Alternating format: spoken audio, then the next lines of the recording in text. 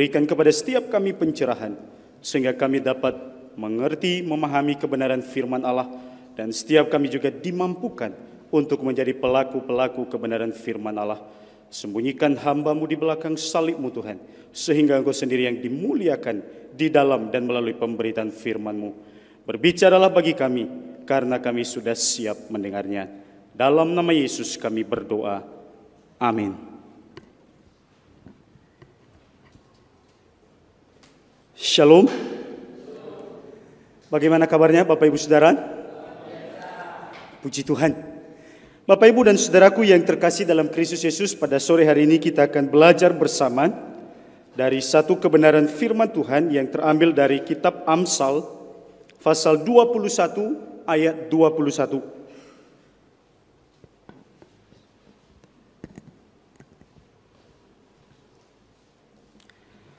Amsal 21 ayat 21.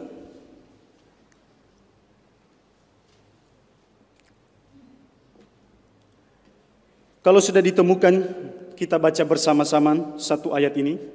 Amsal 21 ayat 21. 1, 2, 3. Siapa mengejar kebenaran dan kasih akan memperoleh kehidupan, kebenaran dan kehormatan.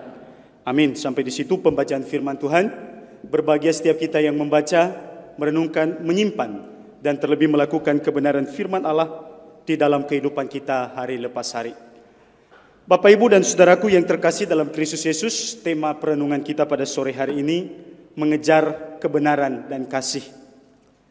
Alkisah di sebuah kerajaan, karena seorang raja tidak memiliki seorang putra yang menjadi penerus, ia menganggap bahwa perlu untuk mencari dan memilih seorang untuk menggantikan dia kelak. Untuk itu dibuatlah sayembara mencari calon pemimpin, dan itu disebarkan di seluruh negeri. Dan pada saat itu dibuat sebuah ketetapan bahwa proses seleksi dilakukan per daerah. Dan nanti kalau sudah ditemukan siapa yang lolos atau sudah didapatkan siapa yang lolos dari seleksi tiap daerah, maka mereka akan diutus ke ibu kota kerajaan untuk mengikuti ujian akhir dari sang baginda raja. Saudara yang terkasih dalam Kristus Yesus, singkat cerita dari hasil seleksi yang dilakukan, maka didapatkan ada 8 orang dari pemuda di negeri itu yang memiliki kemampuan yang setara dan mereka lolos di dalam semua seleksi yang dilakukan. Jadi mereka mengikuti tahap demi tahap dan ke-8 orang ini lolos seleksi. Dan mereka tinggal mengikuti satu ujian lagi, yaitu ujian terakhir yang akan diadakan oleh sang baginda raja. Akhirnya mereka harus pergi ke ibu kota kerajaan untuk mengikuti ujian akhir itu. Dan saudara, singkat cerita ketika mereka sampai kepada raja, lalu kemudian raja berdiri di hadapan mereka dan dia memberikan kesan kepada mereka. Dia berkata, anak-anakku, tugas sebagai seorang raja itu bukan hal yang mudah.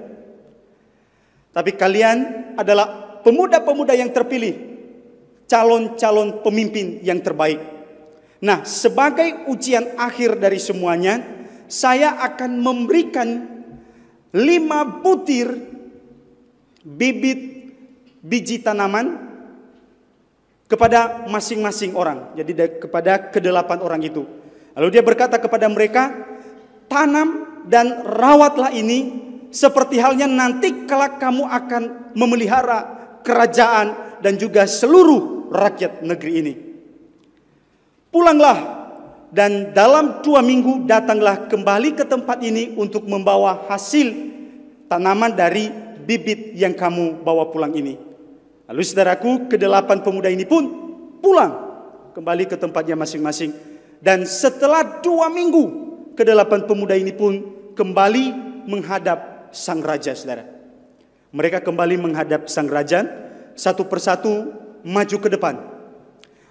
Pemuda pertama sampai pemuda yang ke-7, saudara, mereka begitu sukacita, mereka begitu bangga sekali memperlihatkan tanaman mereka yang mulai tumbuh bertunas, Jadi mereka perlihatkan itu di hadapan raja dan mereka memperlihatkannya dengan penuh sukacita dan dengan penuh kebanggaan. Sekarang giliran pemuda yang ke-8. Pemuda yang ke-8 pun maju, saudara. Ia maju dengan wajah yang malu, kepala yang tertunduk. Ia melihat ke arah pot tanaman yang dia bawa dan dia berkata kepada sang baginda, "Baginda, ampuni saya. Maafkan hambamu. Bibit yang baginda berikan kepada saya sudah tanam dan saya sudah rawat dengan penuh hati-hati dan dengan sebaik mungkin. Tetapi bibit itu tidak memberikan hasil seperti yang diinginkan. Maafkan saya, baginda." Saudara, sebentar semuanya menjadi terdiam, saudara. Dan tidak lama setelah itu, saudara, sang raja pun terlihat di raut wajahnya dia tersenyum, merasa puas, saudara. Dia tersenyum puas dan sang raja kemudian bahkan tertawa terbahak-bahak, saudara. Sehingga semua orang yang hadir pada waktu itu menjadi heran. Mereka kaget kenapa raja tertawa terbahak-bahak bukannya marah kepada sang pemuda ini. Saudara yang terkasih, sang raja pun mendekat dan memukul-mukul pundak dari sang pemuda yang ke-8 tadi. Dan dia berkata, "Terima kasih anak muda. Saya puas, saya senang. Ternyata harapan saya tidak sia-sia. Masih ada calon pemuda yang menjadi pemimpin bagi bangsa ini dari antara rakyat negeri ini." Lalu kemudian sambil menghadap kepada orang banyak, saudara, sang raja kembali melanjutkan perkataannya dan dia berkata, "Dengarkan baik-baik. Pemuda ini adalah seorang pemuda yang baik, benar, dan hidup jujur. Dia adalah calon pemimpin di masa depan. Memang tanamannya tidak tumbuh dan sepertinya dia gagal. Tetapi sebenarnya bibit yang saya berikan kepada setiap pekerja, kepada setiap peserta, sudah saya rebus terlebih dahulu. Sehingga dengan usaha apapun, bibit itu pasti tidak akan bisa bertumbuh dan bertunas. Karena bibit itu telah mati." Jadi saudaraku, dari ke-8 pemuda ini hanya satu yang benar, yang jujur, yang baik di hadapan raja. Dan dia kemudian berkata kepada ke-7 orang tadi, pemuda yang membawa tanaman yang mulai tumbuh bertunas, dan dia berkata kepada mereka, "Kalian adalah pemuda-pemuda yang tidak baik, yang tidak jujur, yang tidak benar. Kalian berani sekali melakukan perbuatan yang memalukan itu, apalagi kepada sang raja." Saudara, mungkin kalau di zaman ini, saudara, mungkin raja itu bisa berkata, "Sakitnya itu di sini." Jadi raja merasa kecewa terhadap ke-7 orang itu, saudara, karena mereka tidak jujur. Dan akhirnya sang raja pun berkata, "Kalian patut untuk dihukum. Kalian patut untuk dihukum." Dan segera ke-7 orang itu berlutut sujud di hadapan baginda raja. Mereka mohon ampun, tetapi tidak ada ampun lagi bagi mereka. Sang baginda raja menyuruh orang untuk menangkap dan menghukum mereka. Bapak, Ibu, dan saudaraku yang terkasih dalam Kristus Yesus, sangat tragis. Ambisi mereka untuk memperoleh sebuah jabatan, saudara, tersandung oleh karena ketidakjujuran dan ketidakbenaran yang ada di dalam diri mereka. Dan pada sore hari ini kita akan belajar, saudara, tentang mengejar kebenaran dan kasih.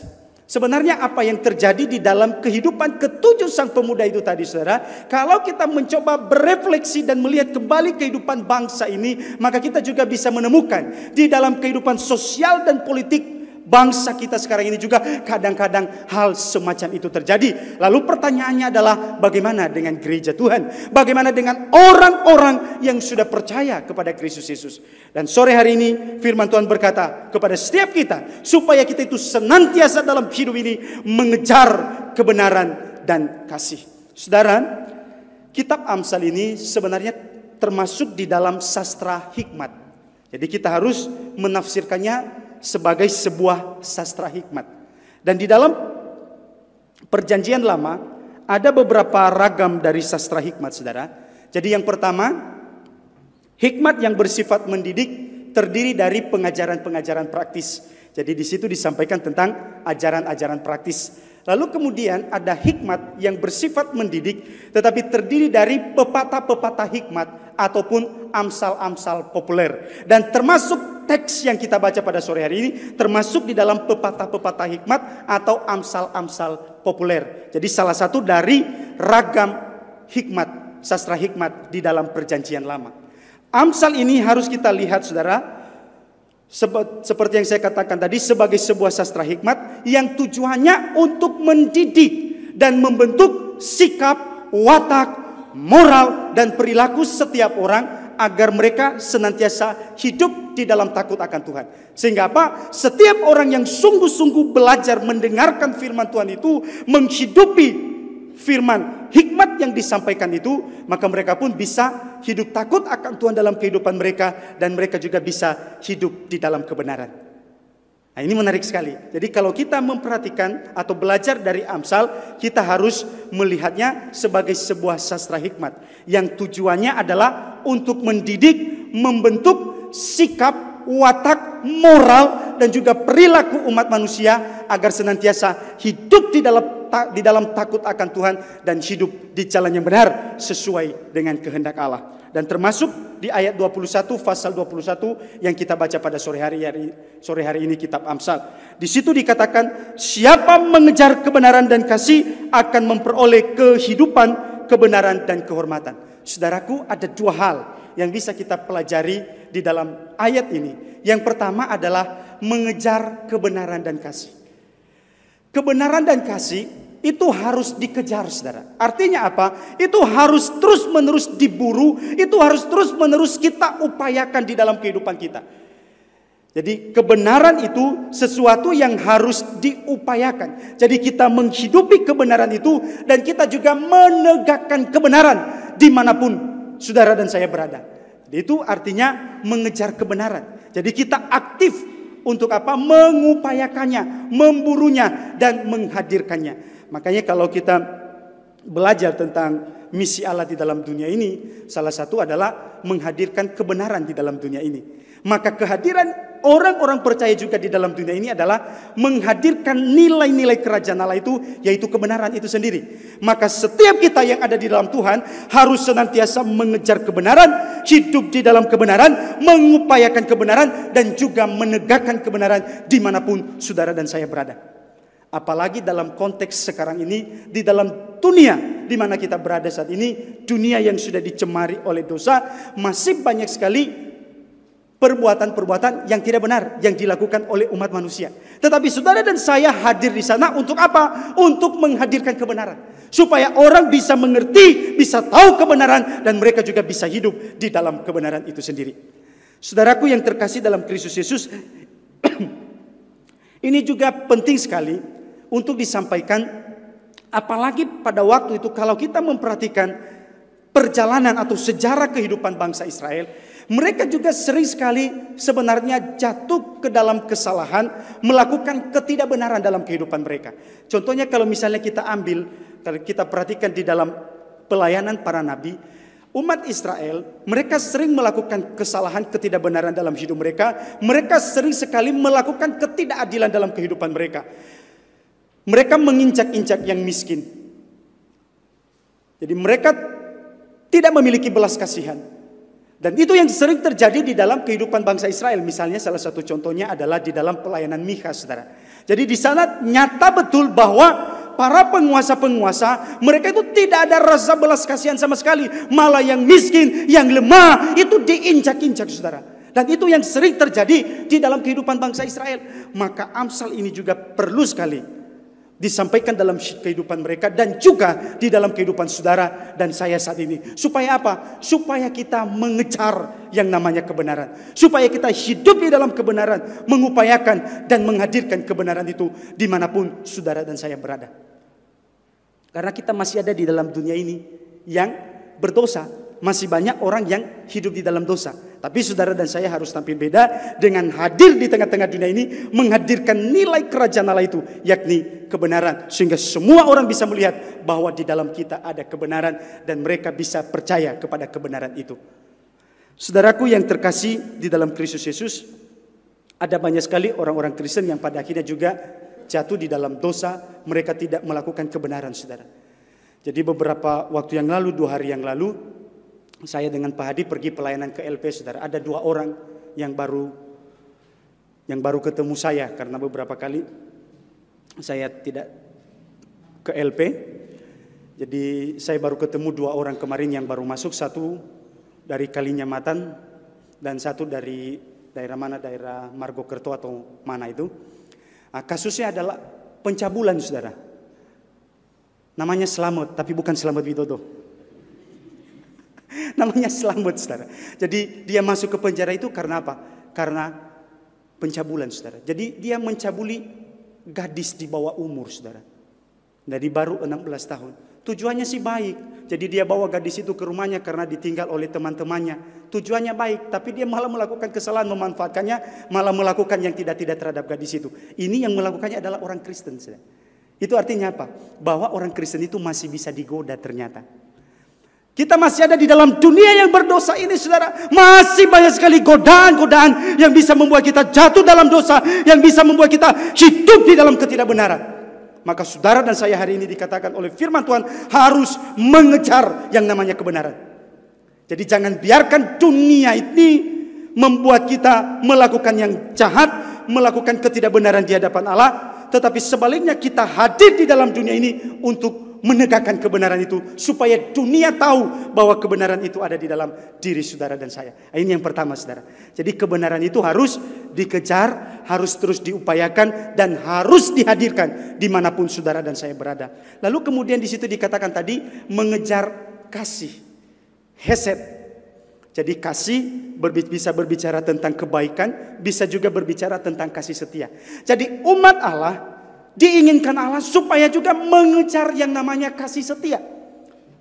Sebenarnya saudara, kalau umat Allah dikehendaki Allah untuk senantiasa mengejar kasih setia, itu karena Allah sudah terlebih dahulu menyatakan kasih setianya di dalam kehidupan umatnya.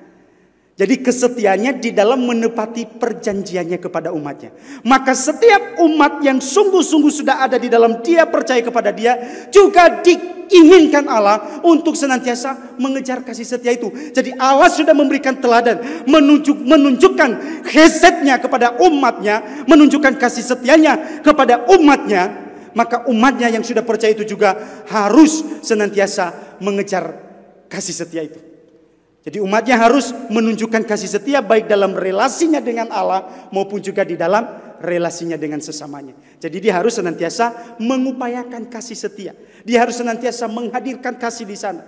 Dan itu adalah nilai dari kerajaan Allah. Dan itu juga yang harus saudara dan saya hadirkan di dalam dunia ini. Karena untuk itulah saudara dan saya ada di dalam dunia ini. Jadi menghadirkan nilai kerajaan Allah itu, kebenaran dan kasih. Kejarlah kebenaran dan kasih. Itu yang harus terus-menerus kita lakukan di dalam kehidupan kita. Jadi harus dikejar, harus diupayakan. Karena kalau tidak, maka kita juga akan lebih mudah jatuh dalam dosa dan juga dalam godaan-godaan di dalam dunia ini, saudara. Tapi ketika kita terus giat, terus bekerja, terus mengupayakan, mengusahakan kebenaran dan kasih itu, maka kita juga akan bisa mengalahkan segala godaan-godaan yang ada di dalam dunia ini, saudara. Saudaraku yang terkasih dalam Kristus Yesus, lalu apa hasilnya? Ini poin yang kedua. Yang pertama tadi mengejar kebenaran dan kasih. Yang kedua hasil dari mengejar kebenaran dan kasih. Di situ dikatakan akan memperoleh kehidupan, kebenaran dan kehormatan. Ini hasil, saudara. Kalau kita dalam hidup ini sungguh-sungguh mengejar, mengupayakan, menghadirkan kebenaran dan kasih. Yang pertama, kita akan memperoleh yang namanya kehidupan. Jadi artinya orang yang senantiasa mengupayakan, menghadirkan kebenaran dan kasih, dia juga akan memperoleh hidup. Dia akan menikmati hidup yang berkualitas. Kenapa? Karena Allah akan senantiasa menyertai, memelihara dan memberkati kehidupannya. Jadi tidak sebaliknya saudara. Kalau orang hidup di dalam ketidakbenaran, maka bukan hidup yang akan dia peroleh dan dinikmati, justru hukuman. Kalau orang hidup di dalam ketidakbenaran. Makanya di sini dikatakan kalau kita hidup di dalam kebenaran dan kasih, mengejar kebenaran dan kasih, yang kita peroleh adalah kehidupan. Kita akan menikmati hidup ini dan kita juga akan memperoleh hidup yang berkualitas. Karena apa? Karena Allah hadir bersama dengan kita. Dia yang akan menyertai, memelihara dan memberkati kehidupan setiap kita. Nah, ini yang pertama. Kita akan memperoleh hidup. Yang kedua saudaraku, kita akan memperoleh kebenaran. Kalau kita juga dalam hidup ini saudara, senantiasa mengejar kebenaran dan kasih itu, maka kita juga akan memperoleh kebenaran. Maksudnya apa? Di dalam kita ada kebenaran, kita dibenarkan, dan kita juga akan senantiasa diperlakukan dengan benar. Jadi sekali lagi, kalau kita dalam hidup ini senantiasa mengejar, mengupayakan dan menghadirkan kebenaran, maka di dalam kita ada kebenaran, kita dibenarkan, dan kita juga akan senantiasa diperlakukan dengan benar. Nah, kalau kita dalam hidup ini senantiasa menghidupi kebenaran itu, maka yang kita terima juga dalam kehidupan kita adalah kebenaran itu, saudara. Kebenaran itu akan sungguh-sungguh hidup menyatu dengan saudara dan saya, dan itu yang membuat saudara dan saya dibenarkan dan senantiasa beroleh pembenaran di dalam hidup ini. Nah, ini yang akan kita peroleh kalau kita mengejar kebenaran dan kasih. Dan yang ketiga di situ dikatakan, kalau kita senantiasa mengejar kebenaran dan kasih, maka kita juga akan memperoleh kehormatan. Nah, saudara, kalau orang itu melakukan kebenaran, mengejar kebenaran dan kasih, maka dia akan memperoleh kehormatan dalam hidupnya. Kalau misalnya kita melihat ada orang yang dalam hidupnya dia senantiasa terus-menerus melakukan ketidakbenaran, dia tidak mengejar kebenaran dan kasih setia, maka apa yang sering sekali terjadi dalam kehidupan orang-orang semacam itu, saudara? Mereka kadang-kadang merasa apa? Tidak diterima, dikucilkan dan lain sebagainya. Makanya kadang-kadang orang kalau sudah melakukan kesalahan, misalnya orang-orang yang masuk LP itu, kadang-kadang kan tidak percaya diri lagi ketika mereka sudah menghadapi semuanya itu. Mereka apa? Kadang-kadang dipandang hina oleh orang, mereka dipandang rendah oleh orang, mereka dikucilkan oleh orang. Kenapa? Ya karena ketidakbenaran yang ada di dalam kehidupan mereka. Jadi kalau kita kan melihat atau mendapati orang-orang yang berlaku tidak benar dalam hidupnya, pasti ada reaksi seperti itu atau ada respon dari kita seperti itu. Jadi melihat bahwa di dalam orang itu tidak ada kebenaran lagi. Nah, tapi sebaliknya saudara, kalau kita dalam hidup ini senantiasa mengejar kebenaran dan kasih, justru yang kita peroleh adalah kehormatan. Jadi orang yang senantiasa berlaku benar, orang yang senantiasa menegakkan kebenaran dalam hidupnya, dia juga akan dihormati oleh orang, saudara. Dia akan mendapatkan penghormatan, dia akan mendapatkan pengagungan, bahkan dikatakan dia juga akan mendapatkan pemuliaan kini di sini untuk seterusnya dan selamanya, saudara. Jadi orang yang tetap dan senantiasa mengejar, menghadirkan kebenaran dan kasih. Jadi mereka akan memperoleh kehormatan, pengagungan, pemuliaan kini di sini untuk seterusnya dan selamanya. Itu akan mereka miliki di dalam kehidupan mereka. Tetapi kalau orang itu hidup di dalam ketidakbenaran, maka orang itu justru bukan mendapatkan kehormatan, saudara, atau bukan mendapatkan pengagungan, saudara. Malah orang-orang semacam itu kadang-kadang dipandang sebelah mata, dikucilkan dan diremehkan. Karena apa? Di dalam dirinya ada ketidakbenaran, saudara. Nah, mana yang kita pilih? Kalau kita mau memperoleh yang namanya kehormatan, pengagungan dan pemuliaan, maka kejarlah yang namanya kebenaran dan kasih setia. Itu yang harus ada di dalam kehidupan setiap kita sebagai anak-anak Tuhan dan sebagai gereja Tuhan masa kini. Saudaraku yang terkasih dalam Kristus Yesus, ada seorang dulu waktu saya masih di Surabaya, seorang pelayan Tuhan, saudara. Sebenarnya dulu dia adalah seorang yang tidak percaya Yesus. Dia seorang yang tidak percaya Yesus. Lalu akhirnya di dalam perjalanan kehidupannya dia bertemu dengan orang yang sudah percaya Yesus. Lalu kemudian dia diinjili, dia dilayani, dan pada saat itu dia percaya menerima Yesus sebagai Tuhan dan Juru Selamatnya. Dan setelah beberapa tahun dia menjadi orang Kristen, saudara, dia mengambil keputusan untuk menyerahkan hidupnya kepada Yesus untuk dipakai oleh Tuhan Yesus. Pada saat itu dia ini adalah seorang tuan tanah. Jadi dia itu punya tanah di mana-mana. Jadi dia ini tuan tanah, dia sangat kaya. Dan dia menyerahkan hidupnya kepada Tuhan Yesus. Dan pada waktu itu dia masuk ke sebuah sekolah Alkitab. Jadi bukan sekolah teologi, tapi dia hanya sekolah Alkitab yang 6 bulan. Jadi kayak kursus kilat saja. Jadi dia belajar sekolah Alkitab untuk memperlengkapi dirinya untuk melayani Tuhan. Dan setelah dia selesai, saudaraku, dari sekolah Alkitab itu, betul, dia melayani Tuhan dengan luar biasa, saudara. Jadi di daerah situ banyak orang-orang yang dimenangkan karena pelayanannya. Dan karena dia adalah seorang tuan tanah, maka dia bangun gereja yang cukup besar. Mungkin seperti gereja kita ini besarnya. Jadi dia bangun gereja karena dia adalah tuan tanah, dia bangun sendiri dan gerejanya terus bertumbuh, saudara. Tapi seiring berjalan waktu, saudara, seiring berjalan waktu dia digoda oleh si jahat, saudara. Jadi umurnya pada waktu itu sudah memasuki 70-an. Saya lihat dari fisiknya itu sudah memasuki 70-an. Dan dia masih punya istri, saudara. Dan ternyata, saudara, ada jemaatnya dekat gereja itu seorang janda, saudara. Janda kaya cantik. Wah, luar biasa lengkap ya. Jadi seorang janda. Lalu kemudian karena sering-sering ketemu, saudara, dia sering-sering main ke sana, akhirnya sang pendeta ini jatuh cinta kepada jemaatnya sang janda cantik kaya ini, saudara. Dan itu terus-menerus berlanjut, hubungan mereka terus-menerus berlanjut, saudara. Dia sering-sering ke situ dan suatu ketika ada orang yang melihat mereka masuk ke dalam rumah, ke dalam kamar. Dan mereka yang melakukan hal-hal yang tidak diinginkan di dalamnya, saudara.